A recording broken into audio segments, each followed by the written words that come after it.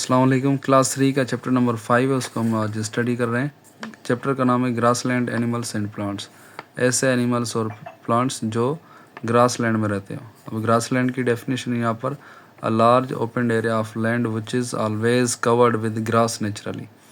ज़मीन का एक ऐसा खुला हुआ हिस्सा खिता जो कि घास से ढका हुआ हो, और वो घास जो है नेचुरली होती है, यानी खुद ब खुद कुदरती तौर पर वहाँ पर प्रोड्यूस होती है।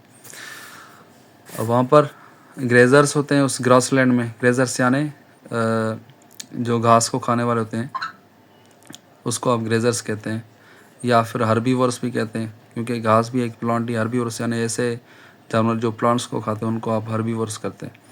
Animals who eat grass and plants live here abundantly. ऐसे जानवर जो घास को खाते हो, प्लांट्स को खाते हो या पत्तों को खाते हो, वो यहाँ पर ज़्यादा मकदार में रहते हैं। ग्रासलैंड में उन हर्बीवर्स और ग्रेजर्स की जो उनका जो नंबर है, जो तादाद है, वो ज़्यादा है। ये वहाँ पर ज़्यादा रहते हैं, ज़्यादा मकदार में रहते हैं। वहाँ पर जो एनिमल्स, ग्रासलैंड के जो एनिमल्स हैं वो ये हैं: deer, zebra, elephant, tiger, lion, wild buffalo etc. अब लायन तो आपको पता है, और टाइगर वो घास नहीं खाते क्योंकि वो कार्निवोर्स हैं, लेकिन वो यहाँ पर इसलिए होते हैं ताकि वो जो दूसरे ग्रेजर्स या हर्बीवोर्स वहाँ पर आएंगे, जैसे कि डियर या जेब्रा वगैरह हो गया, तो वो उनका शिकार करते हैं। ग्रासलैंड में lack of shelter in grassland for animals that they can not protect themselves from predators. वहाँ पर जो जानवर रहते हैं ग्रासलैंड में, उनको छुपने की जगह नहीं होती, शेल्टर नहीं मिलता, क्योंकि वहाँ पर ज़्यादा लंबे बड़े दरख्त, घने दरख्त नहीं है, जंगल नहीं है, सिर्फ घास है, तो उनमें वो छुप नहीं सकते। तो वो जानदार अपने आप को प्रोटेक्ट नहीं कर सकते एनिमल्स जो हैं शिकारियों से, लेकिन ईजीली उनका शिकार हो जाता है। They have big legs to run fast because they become successful in running from predators.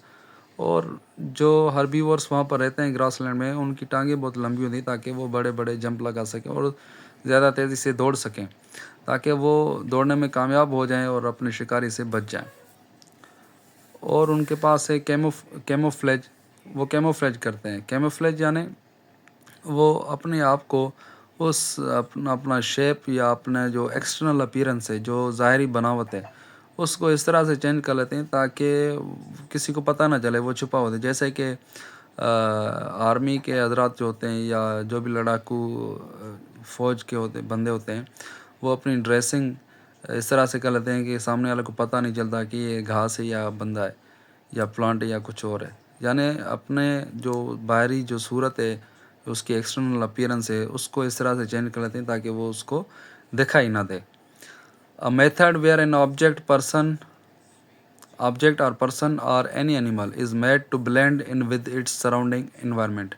एक ऐसा तरीका जिसमें कोई चीज़ या जानवर या कोई शख्स अपने आप को उस माहौल के, सराउंडिंग इन्वायरमेंट जो उसके इर्द गिर्द माहौल है, उसके मुताबिक अपने आप को ब्लेंड कर देता है, उसके साथ मिक्स कर देता है, यानी अपनी एक्सटर्नल अपीयरेंस को, in such a way that it becomes difficult, इस तरह से ताकि वो मुश्किल हो जाए, डिफ़िकल्ट टू डिस्टिंग्विश और सी, ताकि वो उसको पहचानने में और देखने में मुश्किल हो जाए शिकारी को। Its primary purpose is to hide और कंसील वन सेल्फ। उसका कैमोफ्लेज का जो बुनियादी मकसद है वो यही है कि वो छुपने के लिए कैमोफ्लेज किया जाता है या अपने आप को कवर करने के लिए, बचाने के लिए। Grassland plants characteristics. Grassland plant की खुसूसियात: they have deep root system to absorb water from deep soil layers. उनके पास जो रूट सिस्टम होता है, यानी उनकी जो रूट्स होती हैं वो ज़्यादा लंबी और गहरी होती हैं, सॉइल के अंदर घुसी होती हैं, ताकि वो ज़्यादा से ज़्यादा सॉइल से वाटर को एब्जॉर्ब कर सके ज़्यादा गहराई से। Narrow and rolled leaves to reduce water loss through transpiration. उनके जो पत्ते होते हैं वो बहुत ही बारीक होते हैं और रोल्ड होते हैं, यानी मुड़े हुए होते हैं, ताकि ट्रांसपायरेशन ना हो। ट्रांसपायरेशन क्या होता है? पत्तों से वाटर लॉस होता है गैस की फॉर्म में, वाटर वेपर्स की फॉर्म में, तो उसको आप ट्रांसपायरेशन कहते हैं। उनके पत्ते मुड़े हुए होते हैं ताकि ट्रांसपायरेशन ना हो।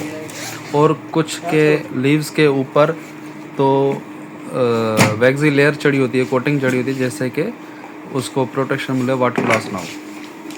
Flexible stem which bend easily without breaking. उनकी स्टेम बहुत लचकदार होती है, फ्लेक्सिबल होती है, जैसे वो टूट ना जाए। ठीक इजीली वो बेंड हो जाए। अगर हवा एयरफोर्स हो या एयरफोर्स की वजह से वो बेंड ना हो सके, वो टूट ना सके, सॉरी, इजीली बेंड हो जाए, टूट ना सके।